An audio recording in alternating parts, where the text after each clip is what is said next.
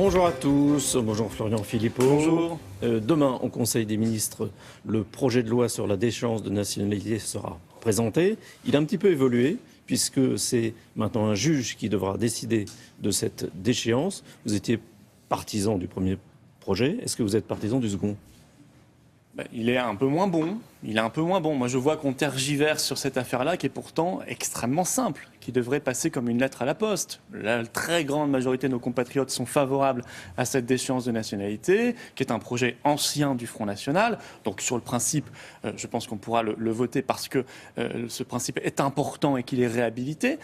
Mais je ne vois pas pourquoi le président de la République, qui avait pourtant annoncé les choses devant le Congrès rapidement après les attentats, tergiverse, est obligé d'être pris en otage en quelque sorte par une minorité qui ne représente strictement rien dans le pays, absolument rien. Bon, c'est moins bien parce que... Ça crée un débat à gauche quand même, incontestablement. Oui, mais ça démontre que ces gens-là sont déconnectés de la société française, parce que même parmi les Français qui se définissent de gauche, ça ne fait quasiment pas débat. Ça fait débat parmi les idéologues. Bon, c'est bien dommage, parce qu'il en va d'un symbole d'abord, la réhabilitation de ce qu'est la nationalité française, et c'est important. Pour moi, la nationalité française ne se brade pas, ne se mérite pas quand on projette de faire des horreurs ou qu'on a fait évidemment ce type de carnage.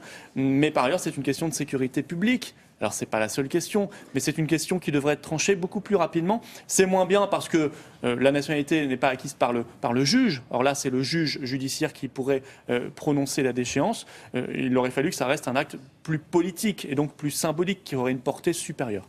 Alors, il y a cette déchéance, mais il y a aussi toute une révision de la Constitution. Ça aussi, les parlementaires du FN la voteront ? Nous regarderons, et c'est Marine Le Pen qui le décidera, mais si le principe, c'est ce que nous avions fixé, c'est ce que Marine avait fixé comme objectif, si le principe de déchéance de la nationalité est bien présent dans le texte, alors, comme ce sera une victoire idéologique du camp des patriotes que nous incarnons, nous pourrons le voter, effectivement.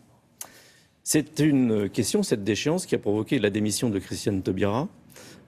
Comment vous interprétez ça ? Est-ce que vous pensez que c'est une bonne chose ? Vous réclamiez cette démission ? Vous êtes content aujourd'hui qu'elle ait démissionné ? Je suis très heureux, comme beaucoup de Français, qu'elle ait démissionné, parce que c'était vraiment, Mme Taubira, le symbole du laxisme d'État. Le laxisme n'a pas commencé avec Mme Taubira, mais elle l'avait accentué. Et surtout un sectarisme insupportable dans la pratique du pouvoir vis-à-vis de l'opposition démocratique telle que la nôtre. Ce sectarisme brutal, violent, parfois dans les mots, dans les expressions, n'était pas admissible en République. Donc elle est partie, elle n'avait pas d'autre choix de toute façon, puisqu'elle était en désaccord avec le projet. Mais je me rends compte depuis qu'en réalité tout cela était bien calculé. Et que pendant des mois, Mme Taubira n'a pas agi en ministre, n'a pas gouverné en serviteur de la République, mais a agi en impresario de sa propre personne, en agent de communication de sa propre personne, écrivant son livre en cachette, en plein état d'urgence. Imaginons, je sais pas, on imagine tous qu'elle a autre chose à faire, et pourtant elle écrivait son livre, préparant évidemment son plan com, puisque des émissions ont eu lieu, la mise en scène de sa propre personne s'est faite. Tout cela démontre autre chose, démontre plus que sa politique. Cela démontre que la personne de Mme Taubira n'était pas aussi vertueuse que certains voudraient le croire. Mais expliquez la raison pour laquelle on s'en va. Est-ce que c'est pas utile ? Oui, mais enfin, on a tous compris. On a tous compris qu'elle était en désaccord avec la déchéance de la nationalité. On s'en doutait. On l'a su officiellement juste avant Noël. C'est à ce moment-là qu'elle aurait dû partir, tout simplement. Et puis on passait à autre chose. Là, elle est restée quelques semaines, elle a organisé les choses, elle a fait autre chose que de gouverner son ministère, que de gérer les affaires de la justice, alors encore une fois que la France était en plein état d'urgence. Ça, c'est quand même pas au niveau, et ça en dit long sur le personnage, qui donne des leçons de morale et de république à tout le monde, mais qui manifestement a du mal à se les appliquer à elle-même. Autre sujet très différent, le gouvernement envisagerait la dégressivité des allocations chômage. Est-ce que ça vous paraît une mesure utile économiquement ?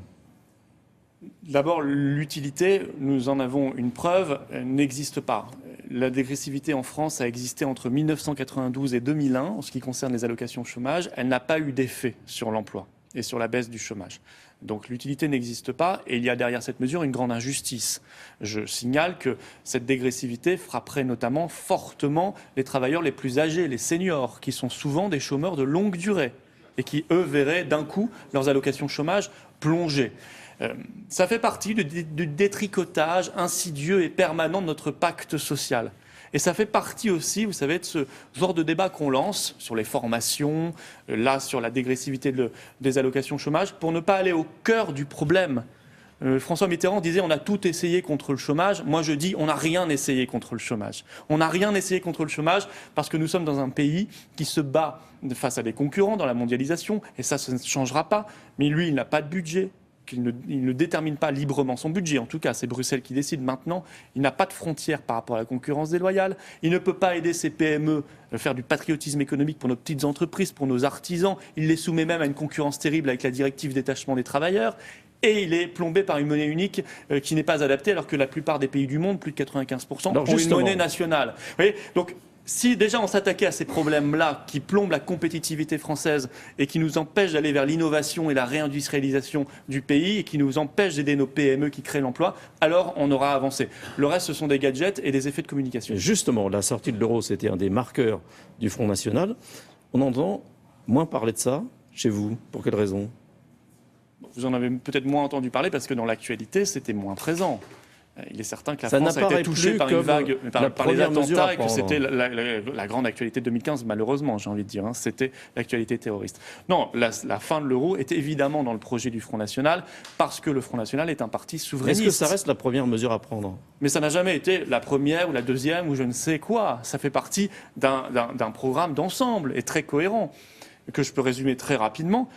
Nous défendons la souveraineté nationale parce que c'est elle qui est efficace et c'est elle qui est démocratique. Donc la souveraineté économique, parce que la souveraineté ne se partage pas. On n'est pas souverainiste sur un point et pas sur un autre. Ça reviendrait à dire qu'on est démocrate sur un point et pas sur un autre. Parce que la souveraineté est la condition de la démocratie. Et donc nous sommes pour la souveraineté monétaire. La France s'en sortirait mieux avec une monnaie nationale. Elle retrouverait immédiatement, vous m'entendez bien, immédiatement par le taux de change, 15 à 20% de compétitivité par rapport à l'Allemagne qui est son premier concurrent. Ce serait une bouffée d'oxygène énorme pour nos entreprises, pour nos entrepreneurs et pour l'emploi. Ce serait une capacité de financer nos PME parce que tant qu'on ne maîtrise pas son système bancaire, son système monétaire, on ne peut pas financer les petites entreprises qui ont pourtant besoin de ce financement bancaire qui n'existe plus.